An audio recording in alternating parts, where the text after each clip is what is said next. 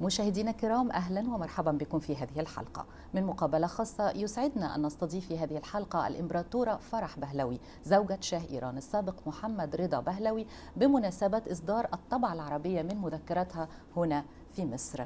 Thank you very much for giving me this opportunity, and as you said, I'm always very happy to be back in Egypt. As you said, it's really my second country.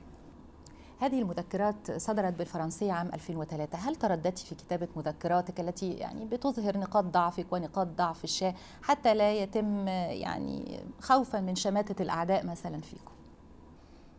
No, I don't think so, because if I took 20 years before writing my memoirs, because I wanted to give myself some time and also to the Iranian people and to the rest of the world some time, and to see clearly what was happening, and I considered it my duty, historical duty, to write my memoirs and my life when I was in Iran. I must say that I'm very happy that the book is published in Arabic, because the Arabic word for us is very important, and we have so many Arab neighbors, and we had such good relations with many Arab countries, and I think that the situation of Iran is so important for the region and for the Arab world. And in a way, I was sorry that it was not published in Arabic before, because it was published in 16 different languages. But in a way, I'm happy that it's appearing now, because it gives me, if it had appeared in 2003, people have read it and forgotten about it. But coming now at this delicate situation, it gives me an opportunity to talk about my country and my countrymen. No, when I wrote the book, I wrote what I felt.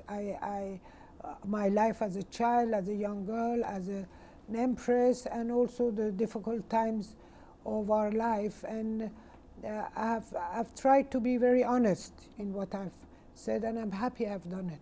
عندما بدأتي مذكراتك بدأتيها بلحظة الرحيل عن إيران عام 79.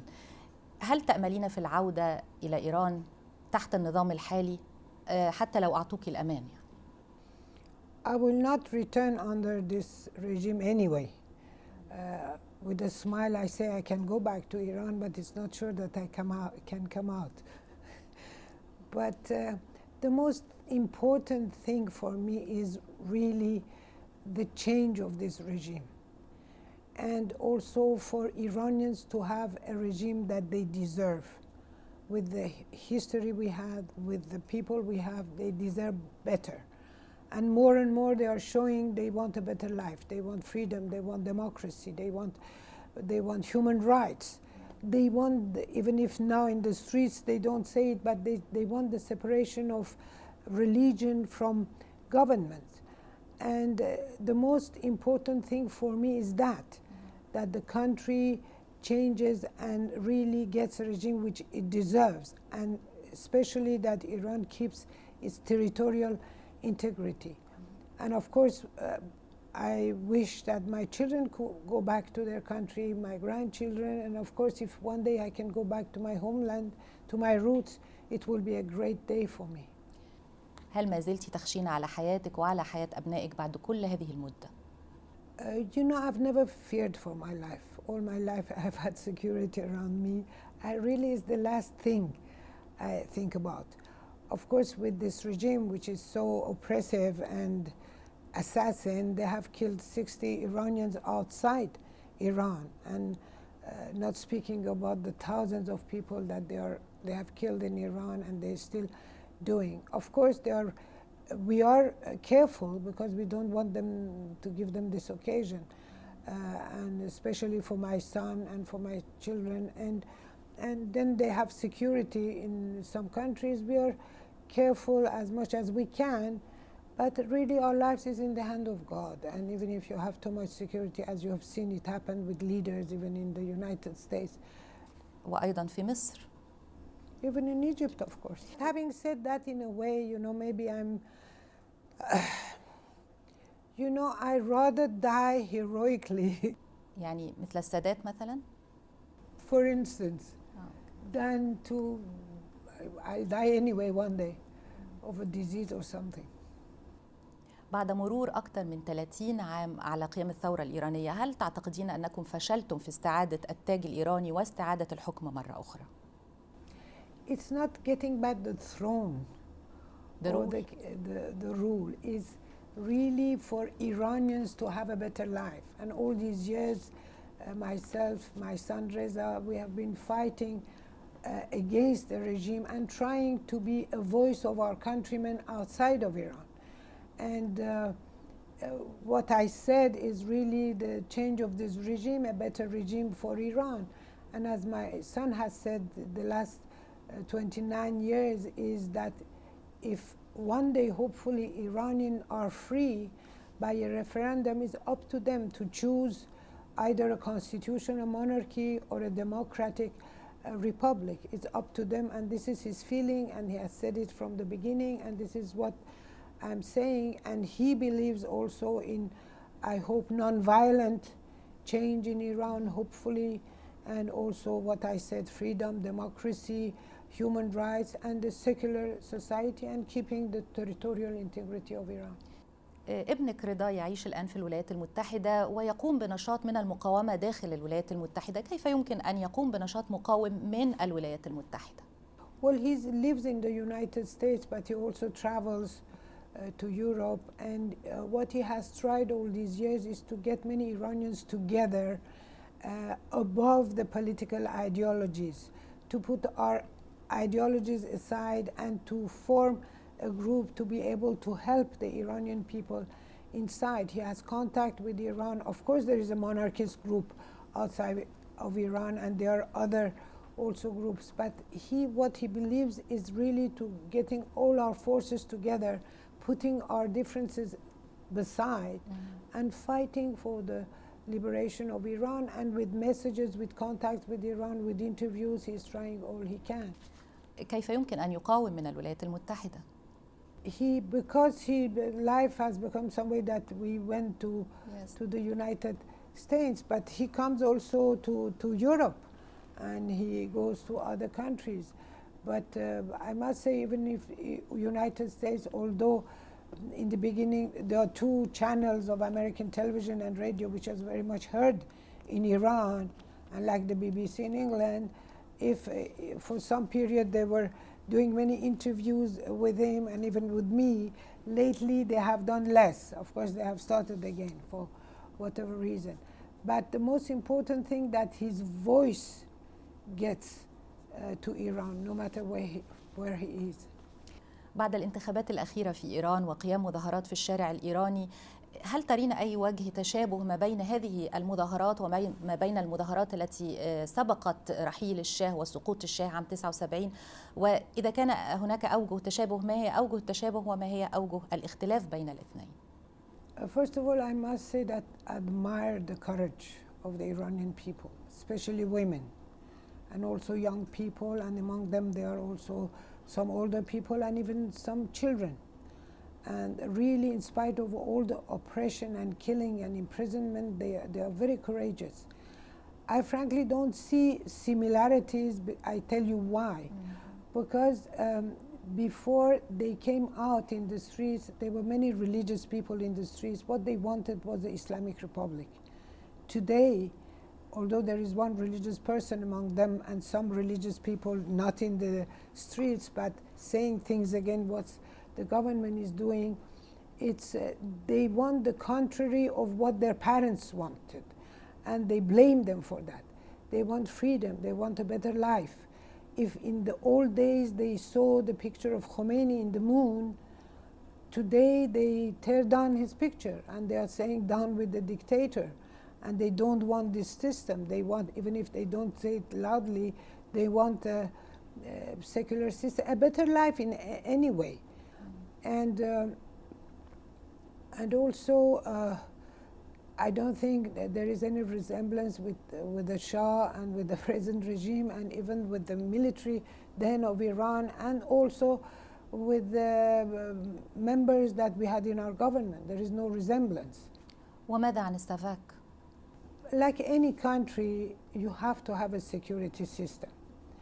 the enemies of the Shah, they exaggerated about what this Sabak was doing. Any country has a security system. Let us not forget that we were during the Cold War, we had the Soviet Union, and we had so many infiltration of groups who were against the regime, and they were killing people, they were kidnapping, they were doing these things. And any country in the world, when there are some terrorist activities, there is some pressure of the police. Of course, maybe they have done a few things that was not acceptable, but it happens in all over the world. That is happening today in most advanced countries of the world. But mostly they have exaggerated. The enemies of Iran, of the Shah, they exaggerated all that. And I always say, if Sabak was so strong, how come they didn't see what's happening inside of Iran, in the mosque, in the streets? And many people who were against the Shah and were in the revolution, they are well alive in the regime today, and also outside in Europe or America. And those who said they were anti-imperialism, you know where they landed? They're all in America. Mm-hmm. So I must say that even today, among those people are in the regime and in the street, they say that there is no comparison between Sabak and what is happening to them today. كيف ترين الإصلاحيين مثل مهدي كروبي وموسوي؟ Well, you know, I think it's very courageous of them to come out in the street and to say their voices. But I think this movement now is above elections. In reforms, people hope that, you know, it's so hard and so tough, the life in Iran, that I think they feel if there is a little bit change, they will feel better. But there is a contradiction, because as long as there is a velayat faqih and the representative of God on earth who has all the rights, how can they change? So I don't see that, of course, now they cannot say anything in the streets to topple the regime, but I don't see that until this regime has the velayat faqih, and it cannot change. هل تدعمين هؤلاء الإصلاحيين إذن؟ Of course I have. They are so courageous. They have come out in the streets, and so many of them have been in jail, and many of them have been killed. Mm-hmm. And what has happened, it's really heartbreaking for me when I hear it or listen to it and see the news that the young people, even if they have forbidden the foreign press to be there, with, as you have seen, with Twitter, with Facebook, with telephones, they send it outside. What happened in the prison, the torture, the rape of young girls and young boys even, it's unbelievable. I cannot recognize. I say, my God, where these people are coming out from. And then the courage of these people that still are fighting. Of course I admired. ولكنهم لا يؤيدون الحكم الملكي. موسوي قال أخيرا أنهم أسقطوا نظام الشاه، وأيضا كروبي سجن في عهد الشاه. Well, as long as they want to make some changes, I don't mind. If I don't want everybody to be a monarchist, and there are monarchists in Iran, I know. Mm-hmm. And there have been long live Reza on the streets, or people who say God save the soul of the Shah. But the most important thing is they want to make some change in Iran. And even Karoubi has said himself that when, I don't know, he was in jail, or the behavior of the security system was no comparison with what is happening today. And some of the opposition groups which are outside, they say it was like hotel the way they were treating us. أكثر من 70% من الشعب الإيراني أقل من 35 عاما، ولم يشهدوا أو لم يعيشوا عهد الملكية أو عهد الإمبراطورية الإيرانية. فعلى ماذا تعولين أنهم يمكن أن يساعدوك وأنتم يعني لا توجد لكم شعبية وسط هؤلاء الشباب؟ Speaking of the young people in Iran, it's not for me important to see whether they are for monarchy or for me. I am talking in their favor. I am talking in the favor of the future of Iran. because I have been given the opportunity to make interviews and people know me. So it's an occasion for me to take about what my compatriots want.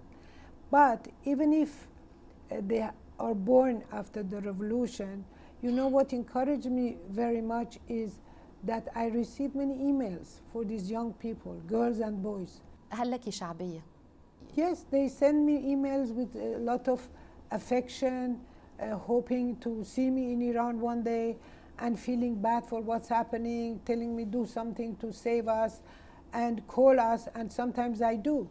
I call them and they're so happy, it gives them courage. They say, you gave me courage for 3 months, and I get courage for them. Or I have seen some young people outside of Iran who have just escaped the regime because it has become more oppressive, and when I see them, they come with so much sympathy and kindness, and it touches me very much. It is true that the government, the Islamic regime, has said so many negative things about the past, and still doing and writing books on my behalf, on behalf of my brother-in-law or my mother. It's all wrong, and they all started with Bismillah ar-Rahman ar-Rahim. And but you know, their parents tell them what was before, or they know, they read history. But again, coming back, I mean, there are many, when I speak on some television and people call from inside, they cry and they have so much sympathy for me. But it's not a question of wanting me there. What I want is for my country to have a regime that our people and our history deserves. هل أنت مستعدة لتكوين حزب سياسي ينخرط في الحياة السياسية الإيرانية تحت النظام الحالي ويعترف بشرعية النظام الحالي؟ No, I mean, there is, as I said, there is a monarchist party outside of Iran, and there are many inside also who are in favor of monarchy, but not me, because it's my son who is taken over as after his father, and I do whatever I can, as I have done these last 30 years, to talk about Iran. إذن لا تريدين تكوين حزب؟ No, my son is very active, but I personally will not form a political party. من وجهة نظرك لماذا تخلت الولايات المتحدة عن الشاه الذي كان حليف قوي للولايات المتحدة؟ Well, you know, the problems of the revolution in Iran had some interior problems that I really think that it didn't deserve such a terrible revolution, because I think it's really a disaster for history of Iran. There was some foreign interference, and more there are books coming out and telling the realities, and in the future it will come also. In my point of view, I think that the Shah was becoming too powerful and speaking too loud. And I remember an interview now that is on YouTube that he had with Mike Wallace, and maybe I won't repeat exactly what he said, but Mike Wallace was reading a report that CIA had given about the Shah, and they were saying that he's a brilliant man, but he's a megalomaniac, and he disregards American interest, and he is an uncertain ally, and that he wants, in 2 decades, the oil will be finished in Iran, and he's going to attack other oil field of the region. First of all, 3 decades has passed and Iran has still oil. And then I remember my husband who told Mike Wallace, do you want me to be your stooge? You know, they were not sure. So, and another lady who was from the CIA lately, I heard, who had said that she was in Iran, and then when the Shah had said that I'm not going to listen to these blue eyes anymore, we decided that he's not in our favor, and we were trying to find some other replacement. And they were afraid of the communism, and they thought maybe by supporting Khomeini and religious movement it will stop Khomeini. And we know that they have written themselves that their ambassador was in contact with the Iranian opposition inside of Iran, and 2 of the followers of Khomeini were working outside of United States. So it's it's all that. And mostly when the Shah in 73, 74, we wanted to raise the price of oil, our problem started from then. And when we think that in those days it was $13 or $14 and it reached even $200 a barrel. And the Shah was saying that the oil is a noble product and we have to economize it and we have to find other source of energy. And I remember Mr. Bill Simon, who was the secretary of, one of the secretaries in America, had said the Shah is a nut. And now, of course, they are trying to find other source of energy. And the Shah had said in an interview, which is still on YouTube, that in 79, our contract with all the oil companies will be ended and we will be the owner of our own wealth.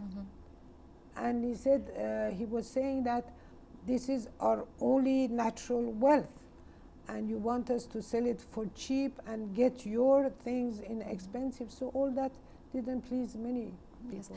في صفحة رقم 313 من كتابك ذكرتي أن كان هناك إهمال في علاج الشاه في نيويورك بعد رحيله، فهل تعتقدين أو هل تتهمين الولايات المتحدة بتعمد هذا الإهمال الذي أدى إلى تدهور صحة الشاه فيما بعد؟ Well, you know, I don't have proofs to say that they did it on purpose.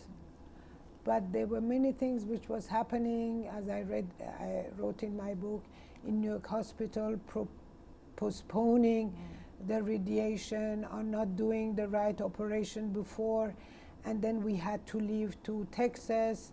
And then each time the health of my husband was deteriorating and then he needed help. And then we went to Panama. Yes. And in Panama, they first accepted my husband to be operated in.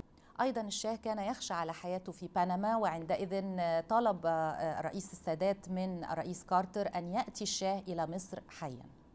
Yes, you know, because I don't think he feared. I feared more because he was above all the really pettiness of life. Because first in Panama, we were allowed to go to the American hospital. Then they said, no, it's not an American hospital, it should be Panamanian hospital. First they allowed the American and French doctors to come, then they said, no, they are not allowed to operate. And later on I heard, true or not, that from Iran they had told him, well, under the operation table, do something so he gets away. So that really we were worried because there was a problem of extradition after the hostage crisis. And this is when Mrs. Sadat called me and he said that the president wants us to come here. And as I said in my book, I heard that President Carter had said, I want to President Carter not to allow the Shah to come. And President Sadat had said, I want the Shah here and alive. And another thing I have heard just a year ago, and it's a source which is sure, that President Carter had talked to Mr. Ashraf Qorbal, your ambassador in Washington, and he had told him, I have tried to call President Sadat many times, and he's not answering me. And I want to tell him that don't receive the Shah because it will damage the relation of Israeli-Palestinian talks and so on. So I must say here that really myself, my family, and many Iranians, we are forever grateful to President Sadat and Mrs. Sadat and the Egyptian people, the Egyptian government, as I am grateful and my family to President Mubarak and Mrs. Mubarak. أدار الجميع لكم ظهره ما عدا السادات. السادات استضافكم واستضاف الشاه وأيضا أقام جنازة رسمية للشاه، والشاه مدفون هنا في جامع الرفاعي، ولكن هذه كانت نقطة البداية في توتر العلاقات المصرية الإيرانية. هل أنت مستعدة أو أنتم مستعدون لنقل رفاة الشاه إلى بلد آخر إذا ما كانت هذه يعني إذا ما كان هذا يمكن أن يحسن العلاقات بين البلدين؟ I don't think that is the real reason, because I remember in those days when the revolution happened, President Sadat was saying that this is not Islam. And if I'm not mistaken, even one of the Sheikh of Al-Azhar said that this is not real Islam. And if the relationship of the Islamic government was not favorable to Egypt, it was not only Egypt as an Arab country. They were not favorable to many other Arab leaders, and they were very impolite towards them. But it's not a question of just the Shah buried where. The Shah is not alive. What can he do? It's just an excuse. Of course, it's up to the Egyptian government and Egyptian people to decide whether they want to have a relation with the Islamic Republic or not, especially lately that you have tasted what they do and what they want. And Egypt has been always a very hospitable country. And anyway, my husband had a strong relation with your country, as everybody knows that he had married Princess Fawzia of Egypt, my sister-in-law, Princess Ashraf, married Mr. Shafiq, and we had such close relations with Egypt and the Egyptian people. But I don't think that will change anything about the views of the Islamic Republic, who wants to impose their own system everywhere. هل كان السادات يعمل أن تكون القاهرة مركز للمقاومة الإيرانية من خلالك؟ ويعني كان هناك ذكر في بعض المواقع في كتابك أنكم استأجرتم إحدى الشقق كنتم تقابلون فيها المعارضة، أقمتم إذاعة من هنا، يعني كان كلها مؤشرات، وكنت ستقيمين هنا في مصر لولا اغتيال السادات. In a way it was, and I'm grateful to Egyptian government and President Sadat and Egyptian people, because I considered my duty, a historical duty as an Iranian, although we were very few then, to not forget about Iran. And I was receiving Iranians who wanted to come and meet me and to talk to me. And I think we started, and we will, as long as I can, I will never stop. اتهمكم الخميني أنكم أخرجتم أموال أو ثرواتكم في الخارج أكثر من 35 بليون أو مليار دولار، وأيضا هناك حديث أن CIA هي التي تمول المعارضة الإيرانية الملكية من أجل إضعاف النظام الحالي. فإلى أي مدى يعني هذا الحديث له أسس؟ I wish I had this 35 billion, but they didn't say even 35 billion, they said 56 billion. Okay. And it's all the things that Khomeini had said. He had said also that when he comes to power, he will bring people will not pay their water and electricity. Everything will be free. The money of oil will be divided among everybody. Everybody will have a car. Of course, they have removed the tapes now from Iran. Whoever has this tape of the voice of Khomeini goes in jail. But to tell you that the Islamic Republic, with all their power, with all their money, sued us legally in America, in Switzerland, in England, and they lost on all grounds. And it's just a lie. I wish people will talk more about the corruption today in Iran, that their name appears in the Fortune magazine, and everybody knows, even the Iranian people, how corrupt. ماذا عن CIA؟ This is nonsense, pure nonsense, not at all. إذن من يمولكم إذن؟ In the beginning it was for our own means, but also some Iranians who have helped. هل ترين أي ضربة محتملة ضد إيران بسبب برنامجها النووي؟ Before answering your question, I wanted at this have occasion to also thank the late King Hassan of Morocco and the Moroccan people who have received us also with friendship and hospitality. And I must say that although the contact has not been direct, but from our Arab friends in Arab countries, I received a lot of kindness, even if I didn't meet them, although I met some of them. And I am grateful to them, I mean, in my difficult time. Coming back to your question, I really hope that there won't be an attack on Iran. And this is, I think, what the regime wants. What they do and what their speeches is as if they want to say, come and get me. Because people are unhappy now.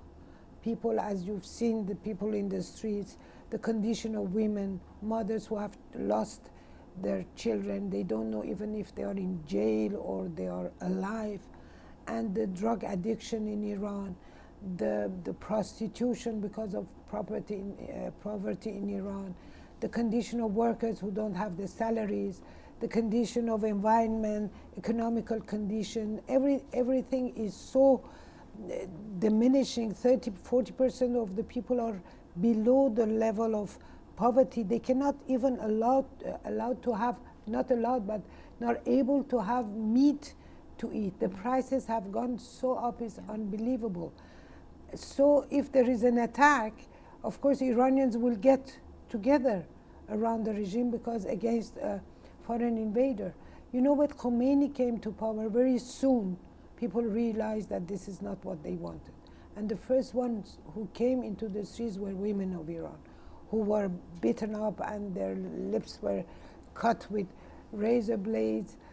And then when Iraq attacked Iran, it was a blessing for the Islamic Republic, because then people got together. But I hope it will never happen. بنعود في هذا السؤال الأخير لمذكراتك عندما ذكرتي بعض التعليقات من بعض المواطنين الأمريكيين الذين لم يعلموا من أنت. هناك من قام بتصويرك مع زوجتي ثم قال لك زوجة من أي شيء، وهناك أخرى تحدثت إليك بالإيطالية وكانت تعتقد أنك ثريا زوجة الشاه الثانية. هل هذا يعني أهانك أو أشعرك بالإهانة أم أنه أضحكك في النهاية؟ No, I laugh at them because I cannot expect everybody to know me. And there is another example also, maybe it's, I don't know if I wrote it in my book, a friend of mine actually who lives in Egypt now, who had my picture in his apartment in New York. And a gentleman, educated gentleman, of a head of a company came and he said, "Who is she?" He said, "She's our queen." He said, "Khomeini's wife?" You know, it makes me smile. First of all, I do not expect people to know me, and then they don't even sometimes know their own political leaders. But thank God, God has given me some sense of, how do you say, Evo? I don't find the word. That I laugh at myself. Sense of humor. Yes. Thank God, thank God. I mean, otherwise, no, I can see, you know, I have lived a wonderful life as a child, a happy childhood, although we didn't have anything that came later for Iranians and my children. And also I had a full life of so many achievements thanks to the support and guidance of my husband in Iran as a queen of Iran. I had so much affection of my people, and still now, in spite of all they have suffered, all they have lost, all they have, when I see them in the street all over the world, thank God they come to me with so much affection. And I have lived also very difficult period of my life in exile with my husband, with all that I have lost. But I try to get a philosophical experience of all and be grateful for whatever positive I have. And I always think of the misery of my own compatriots in Iran, all the mothers in Iran, all the women in Iran. So I don't have to complain. في نهاية هذا اللقاء بنشكر الإمبراطورة فرح بهلوي زوجة شاه إيران السابق، وشكرا لكم مشاهدينا الكرام على حسن المتابعة، وإلى اللقاء.